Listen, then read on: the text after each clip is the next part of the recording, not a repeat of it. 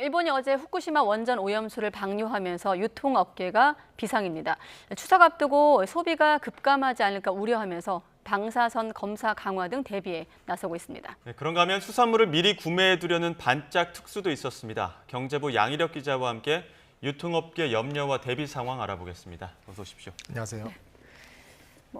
일본 어시장 내부에서도 이건 과학의 문제가 아니라 정서의 문제가 나는 그 말이 좀 여러 가지를 함축하고 있는 말인데 아무튼 오염수 방류로 어민과 수산시장 상인들 밤잠을 설쳤을 것으로 보입니다. 아무래도 밥줄이 달려있는 문제다 보니 걱정이 많으시겠죠? 네. 그렇습니다. 사실 방류를 앞두고도 제가 직접 현장에 몇 차례 다녀온 적이 있습니다. 네. 그때 보면은 상인들은 수산물이 팔리지 않는다고 걱정, 손님들은 과연 이 수산물을 안심하고 먹을 수 있겠냐고 또 걱정, 이렇게 하고 있어서 네. 걱정들이 컸는데요. 어제 방류가 시작되면서 어민과 상인들이 우려가 현실이 됐다면서 더욱 노심초사하는 분위기였습니다. 실제 지난 2011년 일본의 후쿠시마 원전 사고가 발생했을 때 수산물 소비가 급감한 전례에 비춰서 이번에도 그렇게 되지 않을까 우려가 컸습니다. 어시장 상인과 어민의 말을 한번 차례로 들어보겠습니다. 앞으로 장사하는데 지장이 많을 것 같아요. 저희 아들도 이렇게 하고 있는데 손님이 3분의 1도 없대요. 불안을 해소시키는 게 어찌 보면 정부입니다. 정부고 또 우리 어민 역시도 지금 조업을 해도 이 고기가 팔릴지 안 팔릴지 사실로 난감합니다. 지금 이렇게 손님도 없고 수요가 줄다 보면 어쩔 수 없이 가격 조정도 있을 것 같은데 어떻습니까? 네, 실제로 자료를 한번 살펴봤습니다. 네. 냉장 보관하는 선어를 중심으로 가격이 조금씩 내려가고 있는 모습을 확인할 수 있었는데요. 네. 냉장 고등어의 어제 소매 가격인데 한 마리에 2,768원, 하루 전보다 12.1%가 떨어졌습니다. 냉장 갈치는 한 마리에 6,186원으로 전일 대비 8.8% 떨어졌고요. 반면에 냉동, 오래 보관할 수 있는 냉동 조기 같은 경우에는 하루 전보다 35.5% 껑충 뛰었습니다. 아무래도 추석 선물용으로 쓰일 수 있으니까 그런 네. 경향이 있지 않나 싶고, 그다음에 오래 보관이 가능한 굵은 소금 같은 경우에도 0.5%가 올랐습니다. 그 해양수산개발원 관계자와 직접 한번 문의를 해봤는데요. 후쿠시마 오염수 방류만의 영향으로 보긴 어렵다고 일단 밝히긴 했습니다. 주 어획 시기가 아니고 할인 가격 정책도 반영된 것으로 보인다고 설명했는데 후쿠시마 오염수 방류가 수산물 가격에 영향을 미칠지는 조금 더 두고 봐야 되겠습니다. 아까 냉동조기 지금 방금 화면 속에 냉동조기 같은 경우는 이를테면 쟁여놓는 어떤 그런 형태인데 맞습니다. 그런 게 반영된 결과일까요? 자, 오염수가 방류된 어제 한쪽에선 또 갑자기 수산물을 찾는 발걸음이 분주했다면서요? 안 그래도 어제 제가 대형마트 한번 취재를 나갔었습니다. 네. 근데 수산물 코너도 한번 들려봤었는데 그때는 그렇게 발걸음이 많아 보이진 않았습니다. 하지만 다른 그 마트라든가 수산시장은 상황이 달랐던 것 같습니다. 어제 하루 동안 수산물 매출을 같은 목요일이었던 지난해 8월 25일과 한 대형마트에서 비교를 해봤습니다. 네. 그랬더니 15%가량 증가한 것으로 나타났습니다. 특히 생물보다는 보관이 쉬운 건 해산물이라고 하는데요. 말린 해산물 품목 판매가 급증해서 지난해보다 무려 40%가 뛰었습니다. 구체적으로 살펴보면 지금 화면에 보고 계시는 멸치가 150% 껑충 뛰었고 미역이 180% 껑충 뛰어서 지난해 이맘때보다 증가한 것으로 나타났습니다. 대신에 고등어 등 생선 종류는 판매량이 지난해와는 큰 차이가 없는 것으로 나타났다고 대형마트 측에서는 밝혔습니다. 일부 수산시장에서는 생선이나 젓갈을 대량으로 구매하는 손님들 발길이 이어지는 모습이 포착되기도 했습니다. 마지막 만찬을 즐기겠다면서 생선회나 해산물을 찾기도 한 건데요. 바다가 오염이 되기 전에 수산물을 미리 확보해서 놓겠다는 심리가 작용한 것으로 보입니다. 상인들은 때 아닌 반짝 특수를 누린 셈인데 오염수 방류 이후에 소비 절벽이 우려되는 현실을 고려해보면 마냥 웃을 수는 없는 슬픈 특수라고 볼 수 있겠습니다. 예, 우리 국민 걱정이 커질수록 그만큼 수요는 떨어질 수밖에 없을 텐데 유통업계들도 좀 대비를 강화하고 있다고요? 그렇습니다. 아무래도 방사능에 대한 걱정이 아무래도 크다 보니까 이에 대한 네. 검사를 전반적으로 대비하고 있는 모습을 볼 수 있습니다. 한 대형마트는 수산물을 분쇄해서 장비에 넣은 다음에 세슘이나 요오드 등 방사능 수치를 검사하고 있습니다. 한 번 검사하는데 1만 초, 그러니까 3시간 정도 걸립니다. 지난 6월부터는 주요 수산물의 최대 50%까지 검사를 진행하고 있습니다. 또 다른 대형마트는 산지에서 직원이 직접 방사능 측정기를 가지고 가서 수치를 측정하고 있고 또 물류센터에서도 매일 새벽 샘플링 검사를 진행하고 있습니다. 수산물을 공급하는 업체에다가 자체 검사를 하게 해서 안전이 확인된 상품만 판매하기로 한 대형마트도 있습니다.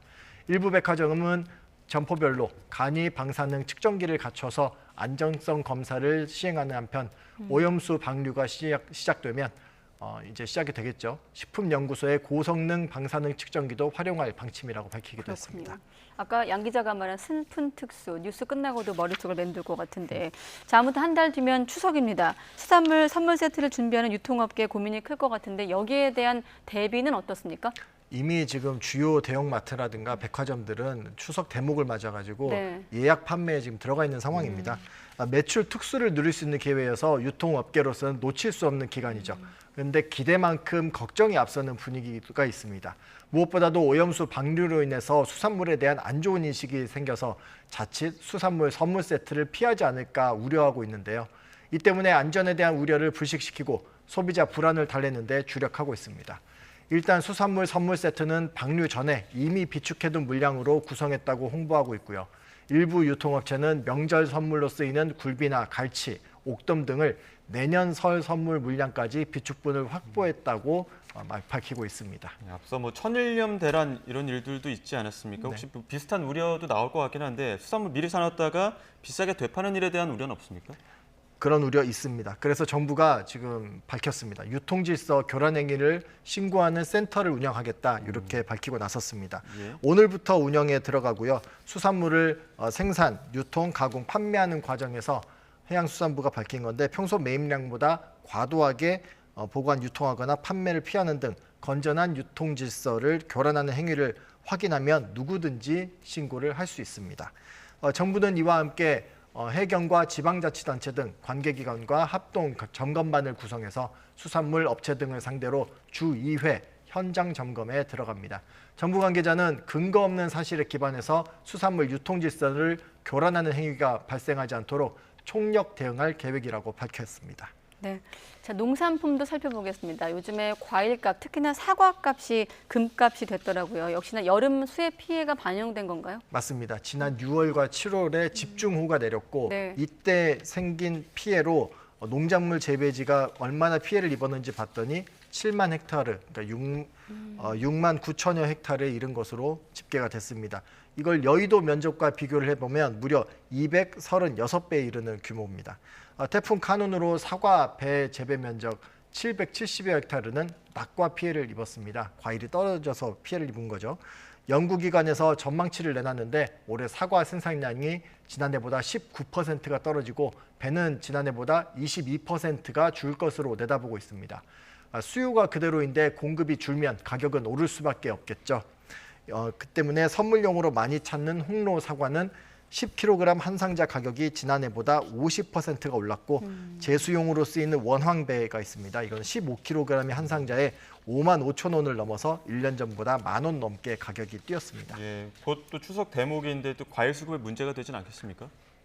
문제가 될 수 있습니다. 그래서 유통업계가 최대 명절 추석을 앞두고 과일 수급에 비상이 걸려서 수급 확보에 지금 나서고 있습니다. 정부도 가격 안정화를 위해서 여러 방안을 고민하고 있는데요. 우선 계약 재배 농가 등을 상대로 사과나 배 등을 저장 시설로 보내는 물량을 최대한 줄이고 그 대신에 시장으로 최대한 보내는 방안을 고민하고 있습니다. 그래도 사과 같은 경우에는 워낙 올라서 선물하기 부담스러울 수가 있으니까 사과만으로 과일 선물 세트를 구성하는 대신에 가격이 조금 내려간 샤인머스켓 같은 과일을 혼합해서 선물 세트를 구성하는 그런 비중을 늘리는 방안도 지금 강구하고 있습니다. 네. 자, 그리고 마지막 질문이 될 것 같은데 자, 이번에 정부가 공직자를 대상으로 하는 선물 상한액을 20만 원에서 30만 원을 올리지 않았습니까? 이게 물가 상승을 부채질할 우려가 있다고요? 그렇습니다. 그런 우려가 나오고 있습니다. 지난 21일이죠. 국민권익위원회가 청탁금지법 이른바 김영란법 시행령을 개정안을 했고 의결을 했습니다. 네. 추석 명절 선물 상한액이 20만 원에서 30만 원으로 오르게 된 건데요. 고물가 현실에 앞서 말씀드린 농가와 어민들의 어려운 상황을 반영해서 상한선을 올렸다는 설명입니다. 앞서 말씀드린 것처럼 과일 가격이 껑충 뛴 현실을 생각하면 선물 가격 상한선을 올리는 게 맞을 수도 있을 것으로 보입니다. 그렇지만 과일 쪽에는 별 영향이 없을 거라는 게 유통업계 분석입니다. 왜냐하면 과일 선물 세트 가격이 보통 10만 원 선이거나 그 아래에 형성돼 있는 경우가 많다는 게 이유입니다. 오히려 이번 상한선으로 영향을 받는 쪽은 최근 단가가 내려간 한우 등 육류 쪽이 될 거란 전망입니다. 수산물 선물 수요까지 줄게 되면 한우 쪽으로 수요가 몰릴 거라는 전망도 있습니다. 결국 상한선을 올린 것이 물가 인상을 더욱 부채질할 수도 있겠지만 전체적인 품목에 미치는 영향은 그리 크지 않을 거라고 유통업계는 보고 있습니다. 네, 여기까지 듣겠습니다. 경제부 양희력 기자와 함께했습니다. 수고했습니다.